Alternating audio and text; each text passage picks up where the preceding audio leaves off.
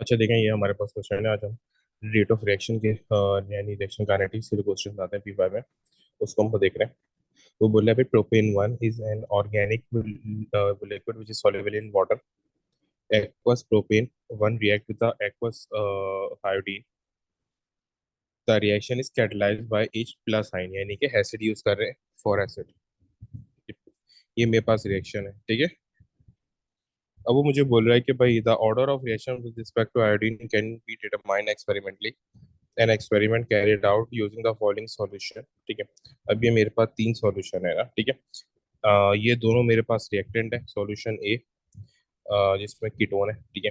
Solution B जिसमें H2SO4 है, ये मेरे पास रिएक्टेंट नहीं, ये कैटलिस्ट है। बीच वाला वो कैटलिस्ट है, बाकी ये दोनों रिएक्टेंट है। सही।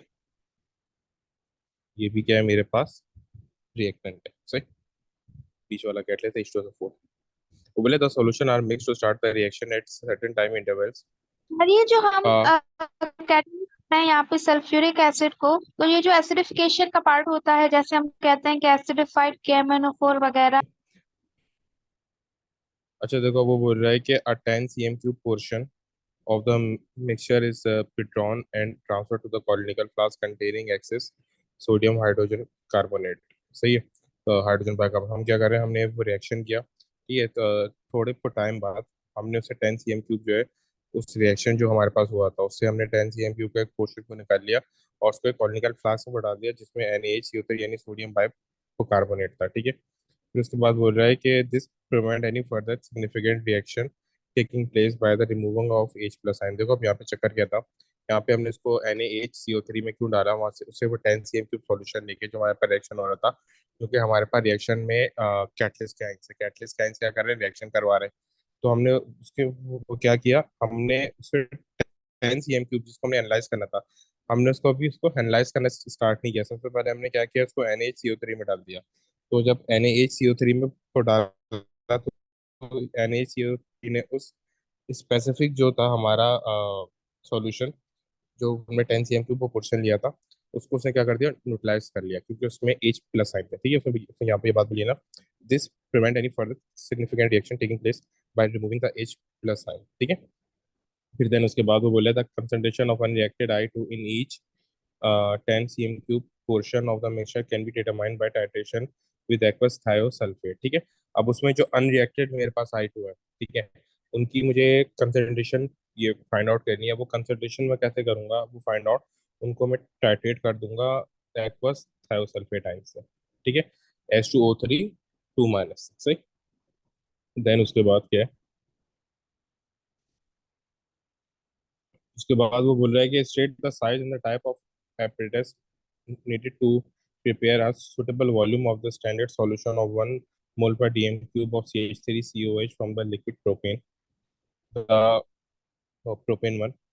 Calculate the mass of propane 1 needed to this needed to prepare this standard solution. अब मुझे हैपरेटस कौन से ऐसे आते हैं, हैपरेटस हम वॉल्यूमेट्रिक फ्लास्क यूज करते हैं, वॉल्यूमेट्रिक फ्लास्क, तो ये और 250 cm क्यूब ऑफ सॉल्यूशन लेते हैं, तो ये स्टैंडर्ड है। अब वो बोल रहा है कि भाई इसका मुझे वो मास निकाल के बताओ। मास तो हमारे पास काफी आसान है। किस सेंस में मास हमारे पास आसान है, देखो, हमें यहाँ पे कंसंट्रेशन को दी हुई है सी, और वॉल्यूम हमने यहाँ पे बता दिया कितना वॉल्यूम हम प्रिपेयर करेंगे, तो हमने N/CV अप्लाई कर दिया, सही है। तो हमारे पास यहाँ पे सी कितना है, 1 मोल पर डीएम क्यूब यहाँ पे दिया हुआ है। वी कितना है, 250 cm क्यूब यहाँ पे दिया हुआ है, लेकिन क्योंकि हमें डीएम क्यूब में लेना है तो 10 की पावर -3 कर देंगे, ठीक है। तो ये हमारे पास क्या आ गया, वो मोज आ गया। अब हमें वो मास निकालना है, तो वही वाला फॉर्मूला अप्लाई कर देने से एन बराबर होता है N = M और हैमर से, ठीक है। तो मेरा यहाँ पे जो वो मास होगा वो बराबर होगा N × हैमर से, ठीक है। सर, ये जो तो यहाँ पे मेरे वॉल्यूमेट्रिक पास फ्लास्क होता है, ये हम कहीं भी यूज कर सकते हैं, कोई भी कंसंट्रेशन हो, जब कुछ भी आपने हो। फाइनल जब आपने फाइनल सॉल्यूशन बनाना हो, जब आपने फाइनल सॉल्यूशन बनाना हो 250 cm क्यूब का, उसी वॉल्यूमेट्रिक फ्लास्क की यूज करते हैं। जब आपने फाइनल सॉल्यूशन अच्छा बनाना हो, अच्छा। जब आपने कोई सॉल्यूशन प्रिपेयर करना मतलब हो आपको सर, टू किस टू हमने फिफ्टी पहले सी एम क्यूब दूसरा सोल्यूशन बनाया था, फिर हम टाइट्रेशन के लिए बना रहे थे सोल्यूशन, तो जो जी दूसरा सोल्यूशन था उसमें हम यूज करेंगे वॉल्यूमेट्रिक फ्लास्क। जी, ठीक है। तो अब यहाँ पे हमारे पास हमने यहाँ पे मोल्स डाले, ठीक है। ये हो गया एन और ये हमारा एम आर हो गया, ठीक है। 2.1 का, तो हमारे पास यहाँ पे आ गया मास 14.5 ग्राम, ठीक है। देन उसके बाद पार्ट बी है हमारे पास, वो बोल रहा है कि भाई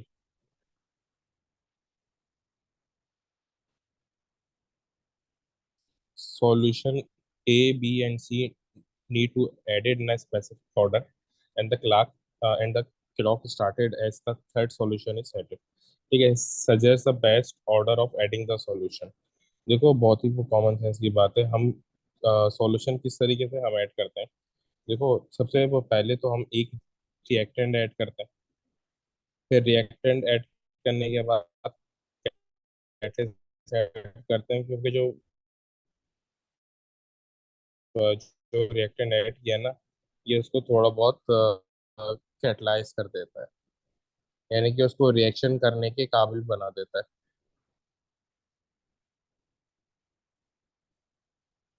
यानी सॉरी, कौन सा रिएक्टेंट ए ऐड किया, देन उसके बाद हम इसमें कैटलिस्ट बी ऐड कर रहे हैं। ठीक है, सॉल्यूशन बी ऐड कर रहे हैं। देन उसके बाद हम इसमें सॉल्यूशन, जो हमने ये था, इसमें हम सॉल्यूशन सी ऐड कर रहे हैं, थर्ड। सही। तो पहले हम इसमें क्या ऐड करें, सबसे पहले हम इसमें ऐड कर रहे हैं CH3COCH3 ऐड कर रहे हैं। देन H2SO4 कैटलिस्ट ऐड कर रहे हैं। देन इसमें आयोडीन ऐड कर रहे हैं। सही। ये हमारा पूरा वो हो गया, ये प्रोसीजर हो गया ना। जो उसने हमसे क्वेश्चन को पूछा था, suggest the best order of adding the solution A, B और सी। सही, तो पहले ए ऐड करेंगे, देन बी, फिर उसके बाद सी।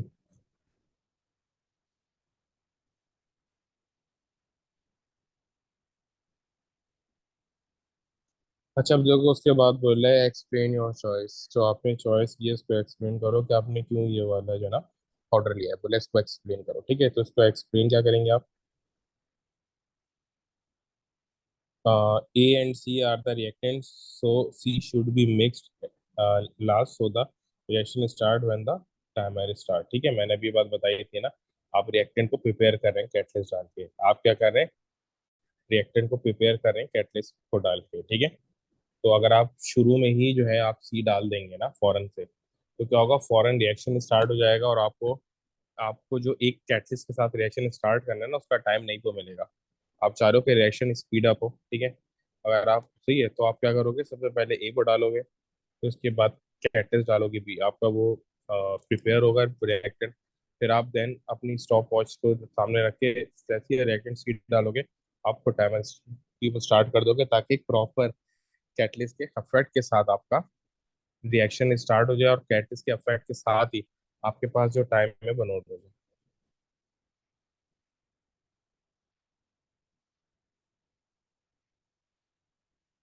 अच्छा देखो, अब यहाँ पे बोला है कि each 10 cm portion of mixture removed from the main reaction is added to the separate solution of sodium hydrogen carbonate in a conical flask to remove H plus ion। ठीक है, which piece of apparatus should be used to transfer the 10 cm portion of a mixture to the conical flask। देखो अब यहाँ पे बोला है कि हमें कौन सा हैबिट, देखो अगर हमें बहुत ही वो कम यूज करना है ना, तो जाहिर सी बात है पिपेट यूज करते हैं, क्योंकि पिपेट की ये एक्यूरेसी बहुत अच्छी होती है। ठीक है, और है भी वो कम वॉल्यूम, तो इसमें पीपीटी यूज होता है। सही। देन उसके बाद बोला कि सर सजेस्ट यूनिट की हम क्या कहते हैं कि कितने वॉल्यूम पे यूनिट यूज होगा? पिपेट, प्योरेट देखो पिपेट जब आपको ट्रांसफर करना होता है ना नॉर्मली, तो पिपेट यूज करते हैं। ब्यूरेट बहुत कम यूज होता है, नॉर्मली जब ज्यादा के वॉल्यूम होता है तो मेजरिंग सिलेंडर यूज करते हैं। अच्छा। ब्यूरेट मेजरली हम वहाँ पे यूज करते हैं जहाँ पे हमें ड्रॉप बाय अच्छा ड्रॉप एसिड ऐड करना हो, यहाँ पे हमारे कंट्रोल में, पिपेट कंट्रोल में थोड़ी होता। अच्छा सर। ब्यूरेट में तो ये क्लैंप होता है, जब आपने चाह वॉल्यूम रोक दिया, जब आपने चाह वॉल्यूम जो है वो ऐड कर दिया, ब्यूरेट उस सेंस में यूज सर होता है। ये हम वॉल्यूम भी लिखेंगे, जैसे पीछे हमने लिखा था 250 cm³ वॉल्यूमेट्रिक फ्लास्क, तो apparatus के साथ जाहिर सी वॉल्यूम। बात है, आपने ये आपने ये वॉल्यूम लिखना बहुत जरूरी नहीं था, क्योंकि यहाँ पे टेर शेप को पोषण है, सिर्फ यहाँ पे पिपेट आप लिखते वो भी चलता अच्छा सर। है।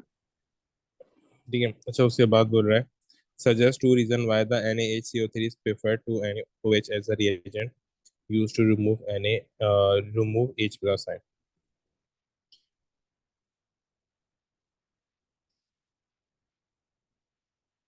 देखो होता क्या है हमारे पास, देखो हम यहाँ पे NaHCO3 यूज कर रहे हैं। ठीक है, अब क्वेश्चन ये है कि हम यहाँ पे NaOH क्यों नहीं यूज कर रहे। NaOH यूज ना करने का रीजन ये है कि जो NaOH है ना, वो आपका रिएक्ट कर जाता है आयोडीन के साथ, वेयर एज NaHCO3 आयोडीन के साथ रिएक्शन नहीं करता। सी NaOH का आपको वो याद होगा, जब आपके पास ये प्रोपीन ये बन होता था, तो आप NaOH ऐड करते, ठीक है, जो ट्राई हाइड्रोमीथेन को बनता था, तो उसमें NaOH ही वो डालते थे। NaOH का मीन जो है वो ये रोल होता है, ठीक है। तो NaOH हम क्यों नहीं ऐड कर रहे। पहली बात तो ये कि जो NaOH है वो रिएक्ट कर जाएगा आयोडीन के साथ और ट्राई हाइड्रोमीथेन रिएक्शन कर देगा। NaOH में react with iodine and propane to give iodoform reaction, वो जो ट्राई हाइड्रोमीथेन बनता है। NaHCO3 जो है वो जो है, एक तो आयोडीन के साथ रिएक्शन नहीं करेगा, सेकेंडली वो क्या करेगा, एसिड के साथ, क्योंकि ये हम एज ए बेस यूज कर रहे हैं, एसिड के साथ यूज करेगा और एफेरवेसेंस प्रोड्यूस करेगा, और वो उस वक्त तक एफेरवेसेंस ये प्रोड्यूस करेगा जब तक सारे के सारे H प्लस आयन खत्म नहीं हो जाते। वंस H प्लस आयन सारे के सारे ये खत्म हो गए, यानी मेरा H प्लस जो है वो खत्म हो गया, फिर मैं वो छोड़ दूंगा। असल मेरा जो वो पर्पस है, वो तो एसिड को खत्म करना था उसमें, ठीक है। NaCO3 ऐड करने का, NaCO3 will produce effervescent, no all H plus ions are removed। सही है, H plus ions सारे के सारे क्या हो जाएंगे, तो रिमूव रहेंगे वंस जब एफरवेसेंस आना को बंद हो जाएगा, ठीक है।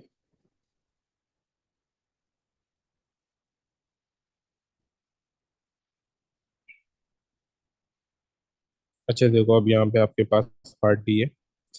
वो बोल रहा है कि भाई the unreacted iodine in each 10 cm cube portion of a mixture is titrated against 0.1 मोल पर DM cube of aqueous thiosulphate ion. हमने ऊपर भी ये बात पढ़ी थी कि जो आयोडाइड आयन की वो कंसंट्रेशन आयोडीन की, वो हम किस तरीके से करेंगे, वो फाइंड आउट, उसको हम टाइट्रेट कर देंगे एक्वस थायोसल्फेट आयन के साथ।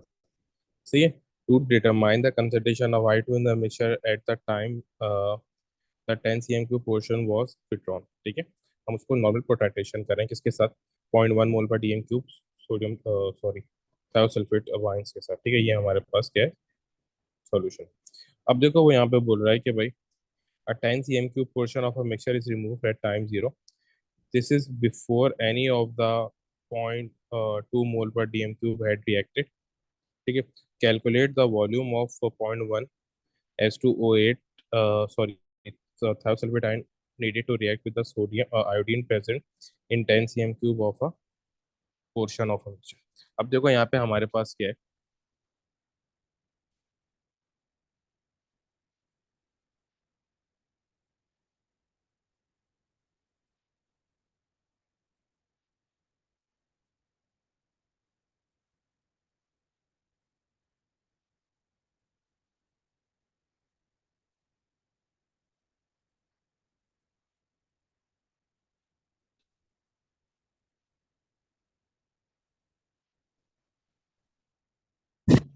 अच्छा देखो, मुझे यहाँ पे क्या करना है, मुझे यहाँ पे थायोसल्फेट का वॉल्यूम को निकालना है। तो थायोसल्फेट के वॉल्यूम के लिए थायोसल्फेट के मोल्स चाहिए, ठीक है। ये मैंने थायोसल्फेट का फॉर्मूला अप्लाई किया ना, तो मुझे यहाँ पे क्या चाहिए, थायोसल्फेट के मोल्स चाहिए। तो जो थायोसल्फेट के मोल्स चाहिए वो कहाँ से आएंगे, क्योंकि थायोसल्फेट का तो मेरे पास कुछ ऐसा है नहीं, ठीक है। तो थायोसल्फेट का मोल्स निकालने के लिए मुझे आयोडीन के मोल्स चाहिए। आयोडीन के मोल्स कहाँ से आएंगे, देखो आयोडीन के मेरे पास मोल्स निकालने के लिए मेरे पास आयोडीन की कंसंट्रेशन और वॉल्यूम है जो ओरिजिनल सॉल्यूशन में दिया हुआ था। अब ये कहीं यहाँ पर मुझे ये वो दिया हुआ है, सॉल्यूशन ए, सॉल्यूशन बी, सॉल्यूशन सी, मुझे तीनों दिए गए। ये मेरे पास किसका है, ये मेरे पास आयोडीन का है, ठीक है। सॉल्यूशन सी मेरे पास किसका है, आयोडीन का है, ठीक है। वॉल्यूम दिया हुआ है 50 cm क्यूब और कंसंट्रेशन दिया हुआ है 0.2 मोल पर टीम, सही। तो यहाँ से मैं क्या करूँगा, वॉल्यूम निकाल, सॉरी मोल्स निकाल लूंगा आयोडीन की, ठीक है।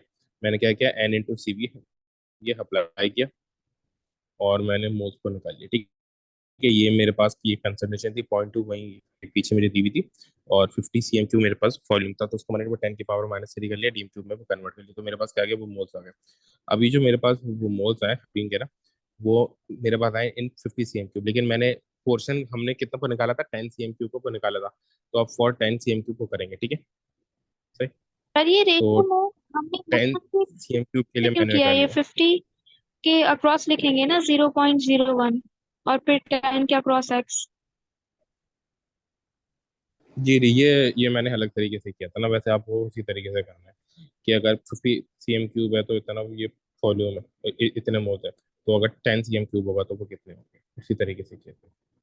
तो मेरे पास मोल्स आए। अच्छा, देन उसके वो बाद हमें क्या करना है, उसके बाद मोल्स निकालने के बाद हम आ जाएंगे यहाँ पे H2O3 के मोल्स निकालने। अब देखो दोनों में मोलर रेशो क्या है, दोनों में मोलर रेशो मेरे पास क्या बन रहा है, 1:2 का। तो हम क्या करेंगे, सिंपल इज दैट उसको मोलर रेशो को लगा देंगे, यानी 2 से मल्टीप्लाई कर देंगे, तो मेरे पास थायोसल्फेट की प्रोमोल्स आ गया, थायोसल्फेट की प्रोमोल्स आ गया।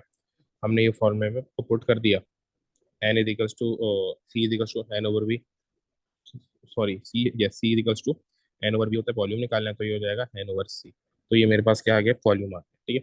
वॉल्यूम मेरे पास कितना आ रहा है, 20 cm क्यूब आ रहा है, ठीक है। देन उसके वो बात बोल रहा है कि भाई suggest the name of a suitable अरे indicator to sir, use the ऊपर नीचे titration दिखाना, and कॉन्सेंट्रेशन कौन सी ली है जो उन्होंने दी है हमें क्वेश्चन में। ये ये जो ये जो ऊपर साइड सी बात है, जो जो वो कंसंट्रेशन उसने हमें दी होगी वही हम लेंगे ना, और कौन सी वो कंसंट्रेशन लेंगे, तो यहाँ पे दी हुई है वही तो लेंगे। ये 0.1 मोल पर टीएम क्यूब सोडियम थायोसल्फेट से, उसी से अच्छा तो सर। करेंगे, तो और कोई ये कंसंट्रेशन तो गिवन थोड़ी है। Suggest the name of the suitable indicator to use in the titration state कर रहा है। देखो जहाँ पे भी हम ये प्रोपेन वगैरह की वो कर रहे होते हैं ना, तो हम स्टार्च यूज करते हैं, ठीक है।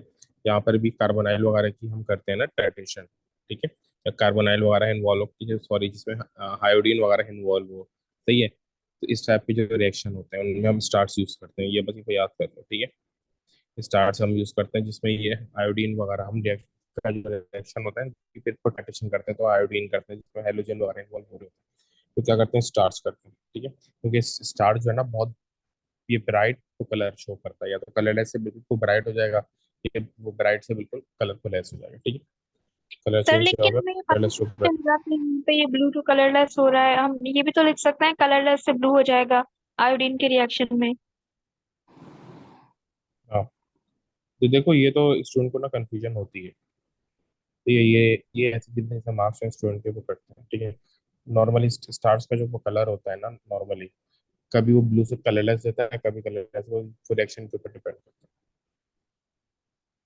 तो सर पता है। अब कैसे चलेगा कि क्या लिखना है यहाँ पे? देखो होता क्या है हमारे पास,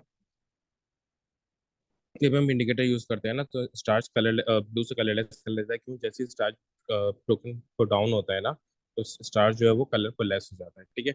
जब भी हम स्टार्च इंडिकेटर डालते हैं तो वो ब्लू से कलरलेस सॉल्यूशन को देता है, सही।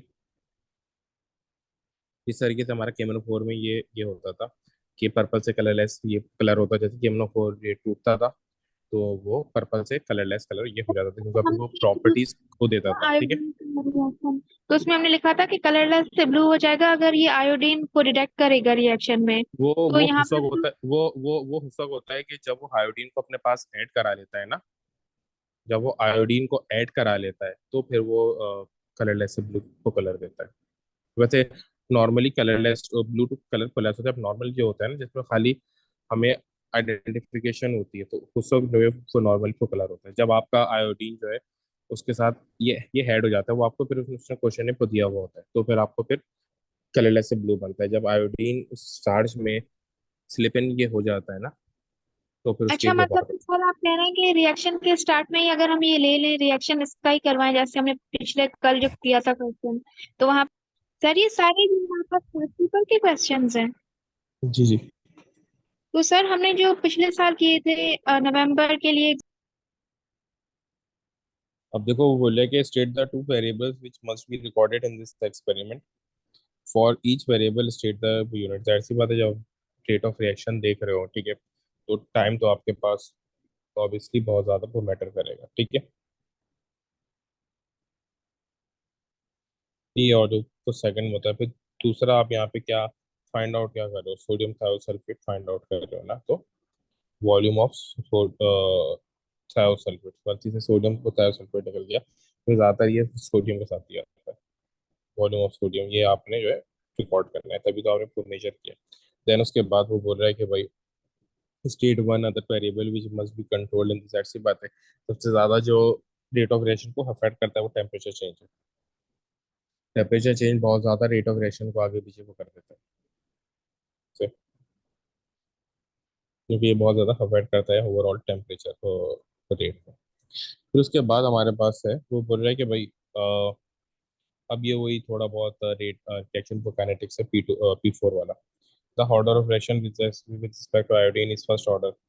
Use the axis above to draw the sketch, वो फर्स्ट ऑर्डर का स्केच ड्रॉ करना है आपने, ठीक है, आयोडीन और टाइम का। जीरो ऑर्डर का यूं करके, जीरो ऑर्डर होता है यूं बनता, फर्स्ट का यूं बना है, सेकंड का होता तो यूं बनता और ज़्यादा स्टीप बनता, ठीक है। ये आपके पास है फर्स्ट जीरो का, ये फर्स्ट का और ये सेकंड का, इस तरीके से। सर ये प्रोडक्ट और टाइम कब ऐसे बनता है ना कि यहाँ से हम नीचे से फिर उसको ऊपर दिखाएंगे, जी एक सर्कल के टाइप का, तो फिर सर उसमें भी सेकंड वाला ज्यादा स्टीप होगा। जी। और वैसे A2 में तो प्रोडक्ट का नहीं बनता, प्रोडक्ट का कब बनाया है? A2 में कभी प्रोडक्ट का नहीं हमने बनाया, A2 में हम हमेशा रिएक्टेंट का ही बनाते हैं यूं करके, प्रोडक्ट का हमें कभी भी नहीं बनाया A2 का। और A2 में जो हम रेट ऑफ रिएक्शन, हम तो ये ऑर्डर यूज कर रहे हैं ना, इन दिस वक्त तो ऑर्डर की बात करें। ऑर्डर कोई प्रोडक्ट का थोड़ी होता, ऑर्डर तो होता ही वो रिएक्टेंट का है, तो प्रोडक्ट का थोड़ी ग्राफ बन सकता है इसमें अगर हम ये ऑर्डर की बात करें। अच्छा सर, ठीक है सर। ठीक है। अच्छा, उसके वो बात बोल रहा है कि भाई how could the graph be used to prove that the order of reaction with respect to iodine is first order?